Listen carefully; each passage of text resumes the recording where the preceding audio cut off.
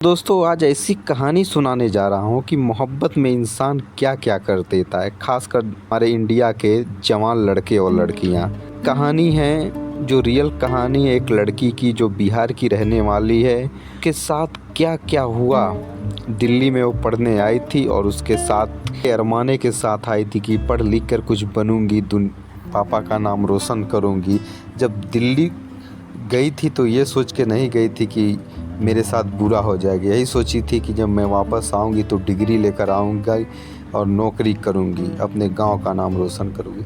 लेकिन उसके साथ जो हुआ वो आप लोग कल्पना भी नहीं कर सकते होंगे कि प्यार में उसने इतनी गिर चुकी कि अपने ख़ानदान का नाम रोशन कर पाई, लेकिन अपनी जान ज़रूर गंवा दी।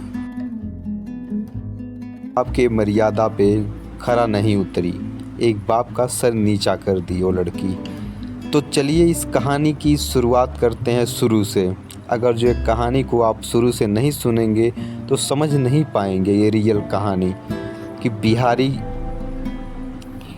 बिहार की लड़की कितना गिर गई, कितना लाचार हो गई दरिंदों के हाथे दिल्ली के। तो शुरू करते हैं दोस्तों, बने रहिए हमारे साथ वीडियो में। दोस्तों एक लड़की थी जिसका नाम पूजा था। पूजा बिहार के एक छोटे से गांव बेगूसराय में रहती थी। वो पढ़ने लिखने में ठीक ठाक थी और उसका अरमान था कि पढ़ लिख कर मैं बेगूसराय का नाम रोशन करूंगी, क्योंकि बचपन से ही वो सुनते आई थी कि एक बिहारी 100 बीमारी। यही सुनते आ रही थी कि बिहारी जब परदेश जाते हैं तो मजदूरी करते हैं, कोई बड़ा काम नहीं कर पाते हैं। तो ये लालसा लेकर वो दिल्ली की तरफ गई कि मैं बिहार का नाम रोशन करके, अपने पापा का नाम रोशन करके मैं कुछ करके दिखाऊंगी। और प्यार मोहब्बत में वो नहीं रहती थी। हालांकि उसके पास मोबाइल था, लेकिन मोबाइल को गलत इस्तेमाल नहीं करती थी, लड़के उसके करीब तक नहीं भटकने देती थी। जब उसकी इंटर की पढ़ाई पूरी हो गई, उसकी उम्र 19 साल हो गई, पापा बोले बेटी अब कॉलेज यहाँ पे कोई है नहीं, पूजा बेटी अब तेरी शादी कर देंगे। बोली नहीं पापा, अभी मुझे कुछ करना है, मुझे दिल्ली जाना है मौसी के घर पे, वहाँ पे रह के मुझे पढ़ाई करना है और आपका सर कभी झुकने नहीं दूंगी, मैं आपका सर ऊंचा करूंगी। पापा बोले ठीक है जा बेटी, जब तेरी यही इच्छा है तो तू अपनी जा उड़ ले, आसमान छू ले अगर तू छूना चाहती है, लेकिन पैर अपना पारा मत कटने देना, नहीं तो नीचे गिर जाएगी, क्योंकि दुनिया बहुत रंगीन मिजाज की है। मैं तुझे अपने फ्रेंड की तरह समझा रहा हूँ।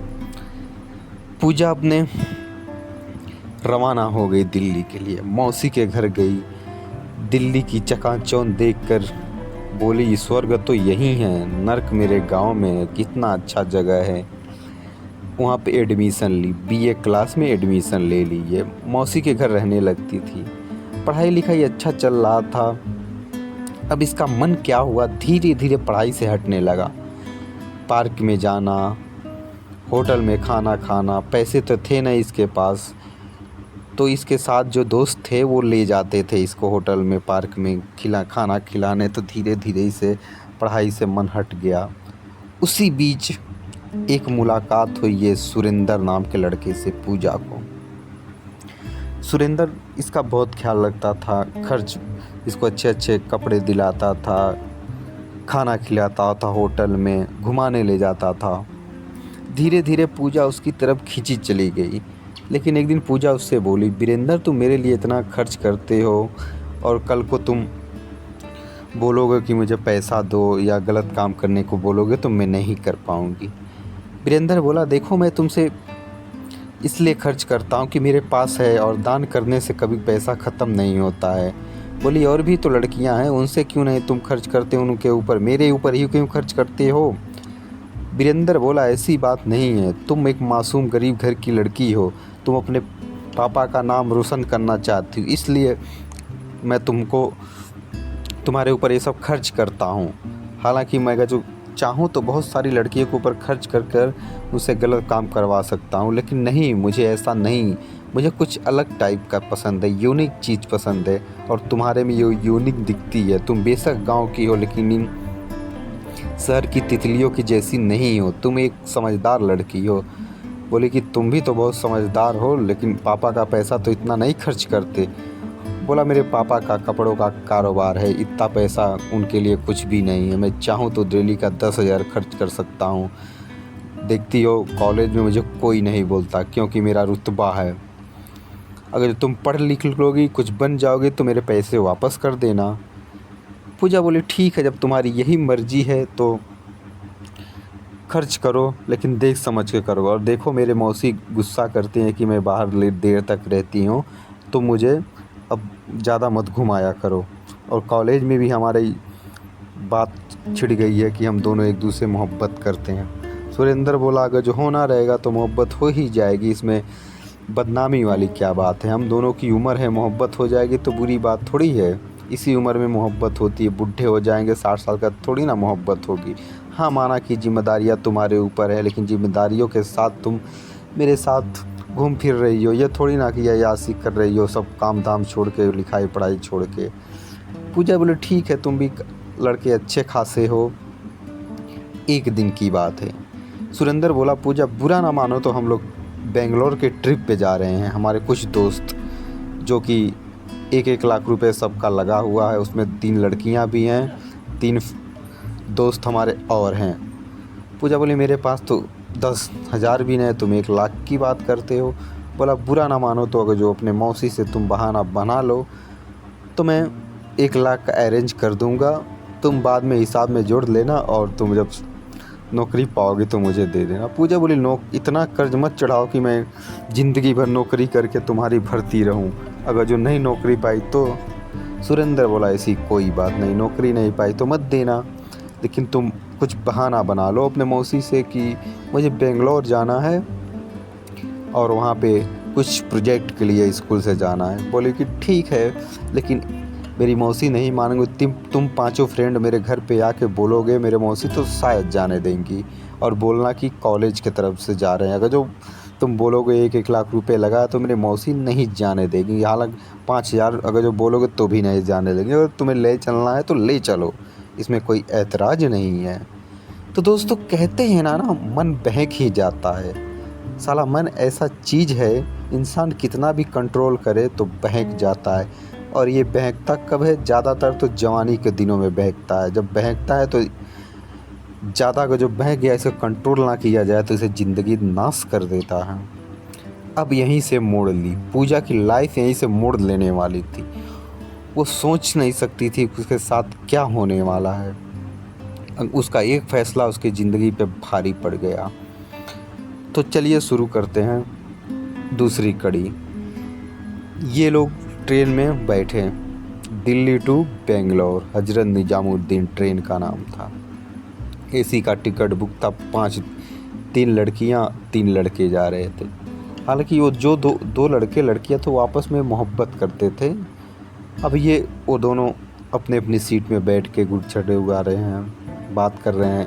अब ये दोनों खामोश बैठे थे, वीरेंद्र पूजा बोली देखो इन लोगों में मोहब्बत हो गई है, कितना खुश हैं, लेकिन ये गलत कर रहे हैं, अपने लाइफ के बारे में नहीं सोच रहे हैं। वीरेंद्र बोला पूजा दुनिया है, अपनी अपनी मर्जी से लोग जीते हैं। अब तुम्हें मोहब्बत पसंद नहीं है तो कोई क्या कर सकता है। पूजा बोली सुरेंद्र तुम्हें भी नहीं तो पसंद है मोहब्बत। बोला मुझे पसंद है, लेकिन मैं जिस लड़की से करता हूँ वो प्यार ही नहीं करती। पूजा बोली वो कौन है खुश नसीब जिससे तुम प्यार करते हो। सुरेंद्र बोला वो बदनसीब अपने आप को मानेगी जब मैं उसका नाम उसको अपने बारे में बताऊंगा। पूजा बोली बोल दो कौन है वो। वीरेंद्र बोला वो तुम ही हो। पूजा बोली देखो ऐसी कोई बात नहीं है कि मैं तुमसे मोहब्बत नहीं करती हूँ, लेकिन हमें कैरियर पे ध्यान देना चाहिए। सुरेंद्र बोला कैरियर को देखते हुए हम अगर जो मोहब्बत करें तो क्या गलत है, हम एक दूसरे को टच नहीं करेंगे। पूजा बोली ठीक है, अगर जो ऐसा है तो मोहब्बत तो मैं तुमसे पहले से ही करती थी, लेकिन इजहार नहीं कर पाई, न करने वाली थी, लेकिन तुम ऐसा बोले हो तो चलो हम मोहब्बत तो करेंगे। इजहार हुआ पहला, लेकिन एक वादा की थी पूजा कि अगर जो तुम मुझे टच करोगे मैं उसी दिन तुमसे ब्रेकअप कर लूँगी, मैं तुम्हें टच नहीं करने दूँगी। मैं वैसी लड़की मत समझना, मेरा कभी फ़ायदा मत उठाना। सुरेंद्र बोला कोई बात नहीं, तुम मेरे लिए इतना ही स्वर्ग मिल गया कि तुम हाँ बोले। दोस्तों ये लोग पहुंच गए बेंगलोर पे पहुंच के एक होटल बुक किए।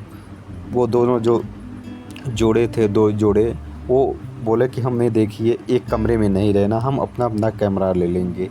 पूजा बोली मुझे भी अलग कमरा दे दो अकेला।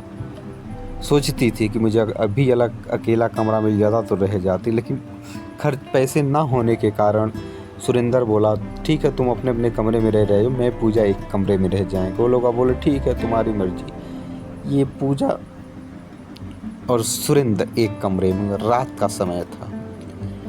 रात में जब पूजा की आंख खुली तो देखी सुरेंद्र बगल में बैठ के, हालांकि सुरेंद्र अलग सोया था, सुरेंद्र सोफे पे सोया था और ये पूजा बेड पे तो हल्की हल्की आवाज़ आने लगी। पूजा की आंख खुली तो पूजा ने देखा सुरेंद्र कुछ देख रहा था, जिसमें मतलब गंदे पिक्चर देख रहा था, उसमें हल्की सी आवाज़ कर रखा था। तो पूजा के कानों पे गया तो पूजा उठी, बोली सुरेंद्र क्या कर रहे हो। सुरेंद्र बोला कुछ भी नहीं कर रहा हूँ, जरा ये देखो कैसे कैसे आजकल पिक्चर बनते हैं। बोली क्या देख रहे हो। बोला सुरेंद्र बोला आके तुम भी देखो। तो पूजा बोली ऐसा क्या पिक्चर तुम देख रहे हो जो मैं कभी नहीं देखी। बोला कि सुरेंद्र बोला मैं भी कभी नहीं देखा हूँ, जरा तुम देखो। तो पूजा उठ के देखते कि बोली तुम इतने गंदे हो, मुझे यकीन नहीं था, तुमने आखिर अपना चेहरा दिखा ही दिया, तुम इतने गिर चुके होगे मुझे नहीं मालूम सुरेंद्र। पूजा तुम मेरी बात सुने। सुरेंद्र बोला देखो ये सब कॉमन चीज़ है, हम जवान हो चुके। हाँ लेकिन बोली पूजा तुम तो वादा किया था मुझे टच नहीं करोगे। बोला वादा तो तोड़ने के लिए ही बनते हैं, उसमें कौन सी बड़ी बात है। पूजा बोली मैं चिल्ला देती अगर तुम्हें एक झापड़ लगा, लेकिन अगर तुम्हारा इतना एहसान नहीं मुझ पे रहता। पूजा बोली मुझे जाने दो, मैं अभी चली जाऊंगी। सुरेंद्र बोला जाओगी कहाँ, तुम्हारे पास तो फूटी कौड़ी नहीं है। पूजा बोली मैं कैसे भी चली जाऊंगी लेकिन तुम्हारे साथ नहीं रहना है। सुरेंद्र बोला सीधी सीधी बात मान लो मेरा, मैं जो कहता हूँ वो कर लो, नहीं तो बहुत बुरा हो जाएगा, यहाँ तुम्हारा कोई नहीं है। इसने अपने फ़ोन की तरफ देखा, फ़ोन वहाँ का उसमें का सिम निकल चुका था। ये जब नंबर लगाए थे इमरजेंसी कॉल बता रहा था। बोले इसमें का सिम। सुरेंद्र बोला इसमें का सिम निकल गया। तुम बिहारियों को समझना चाहिए, जब कोई लड़का किसी पे इतना पैसा खर्च करता है तो पागल थोड़ी होता है। इस दुनिया में 500 कोई फ्री में नहीं देता। तो मैंने तुम्हारे पे 8-10 लाख लुटाया है, मैं इसी दिन के लिए लुटाया था। और तुम्हारी जगह दूसरी लड़की रहती तो कब का मेरे साथ सो जाती, लेकिन तुम हो मेरी बात नहीं मान रही हो। अगर जो मेरी बात मान लो तुम माला माल रहोगी। पूजा बोली मैं अपने पापा का सर नीचा नहीं करूँगा। सुरेंद्र बोला तुम्हारे पापा यहाँ खड़ा है क्या। आजकल की लड़कियाँ 10-10 लड़कों से शारीरिक संबंध बना लेती तब उनका पापा का सर नीचा नहीं होता, और तुम्हारे पापा का सर नीचा हो जाए, कुछ मत करो, आओ मेरी बाहों में समा जाओ। पूजा ने ये बात सुनते कि मारा एक झापड़ सुरेंद्र के गाल पे। सुरेंद्र आग बबूला हो गया, इसके ऊपर झपट्टा भूखे शेर की तरह चले गया। पूजा छटपटाने लगी, उठ के भागने लगी। बोली सुरेंद्र मैं तुम्हारे पैर पड़ती हूँ, तुम मुझे छोड़ दो, मेरी इज्जत पे हाथ मत मारो। सुरेंद्र बोला कुछ भी नहीं, बस एक बार की बात है, स्टार्टिंग में थोड़ा तकलीफ़ होता, उसके बाद अच्छा लगने लगता। पूजा बोली तुम पागल हो गए हो, मैं नहीं कर सकती ऐसा, प्लीज़ भगवान के लिए छोड़ दे। सुरेंद्र बोला भगवान नहीं तुम्हें छोड़ेगा, छोड़ूंगा तो मैं ही, बस मेरी बातें मान लो, नहीं तो 4 लाख मेरे रुपए दे दो। पूजा बोली मैंने थोड़ी बोला था कि मेरे ऊपर तुम खर्च करो, अब तुम अपनी मर्ज़ी से खर्च करते थे। मैं समझी तुम नेक आत्मा हो, नेक दिल के आदमी हो, लेकिन तुम तो सबसे ख़तरनाक हो। सुरेंद्र बोला आजकल के लड़के जो भी जवान हो चुका, क्या उसको वो सांस नहीं लेता, सबके दिल में होता है मोहब्बत, और तुम जैसी गदराई बदन वाली लड़कियों को मैं छोड़ दूँ ये हो नहीं सकता। मेरी बचपन से ख्वाहिश थी कि मैं बिहारी लड़की के साथ कभी इंजॉय करूँ, इसलिए तू मेरी आंखों में धंस चुकी। पूजा ने भागने की कोशिश, सुरेंद्र इसको पकड़ लिया बाहों में। अब पूजा आग बबूला होते सुरेंद्र के जांघों के बीच एक लात मारी। सुरेंद्र वहीं बेड पे तड़प गया। अब सुरेंद्र इतने आग बबूला हो गया, पास में रखा हुआ टेबल उठा के पूजा के सर पे मार दिया। पूजा वहीं ढेर हो गया। सुरेंद्र बोला बचेगी तो मेरा नाम बदनाम कर देगी, इससे अच्छा एक और जड़ देता हूँ। दूसरा जड़ के और सुरेंद्र वहाँ से फरार हो गया। तो दोस्तों, जब पुलिस वाले छानबीन करे, आइडेंटिटी से पता चला ये कहानी लिखने तक सुरेंद्र फरार था। हमारी कहानी कैसी लगी आप लोग लाइक सब्सक्राइब में बताइए। लड़कियां जो बहक जाती हैं उनका यही अंजाम होता है, क्योंकि लड़कों पे वो ट्रस्ट कर लेती हैं। लड़के थोड़ी मीठी मीठी बातें करते हैं तो लड़कियां बहक जाती हैं। ये कुछ लड़के ऐसे होते हैं सातिराना, जो लड़कियों को फंसाते हैं, और इनके पास इतना तजुर्बा होता है कि लड़कियों कितनी भी समझदार लड़की रहें ये अपनी बातों में मना ही लेते हैं। और लड़कियां होती हैं भोली, कितना भी पत्थर दिल का हो, अगर जो 4 शब्द बात करो तो पिघल ही जाती हैं। जल्दी तो नहीं पिघलती हैं, लेकिन धीरे धीरे पिघल जाती हैं। तो दोस्तों, अगर जो कहानी अच्छी लगी तो लाइक सब्सक्राइबर कर दीजिएगा। हम लोग फिर मिलेंगे दूसरी कहानी के साथ। आप लोग कहानी कैसी लगी बताइए। जय हिंद, जय भारत।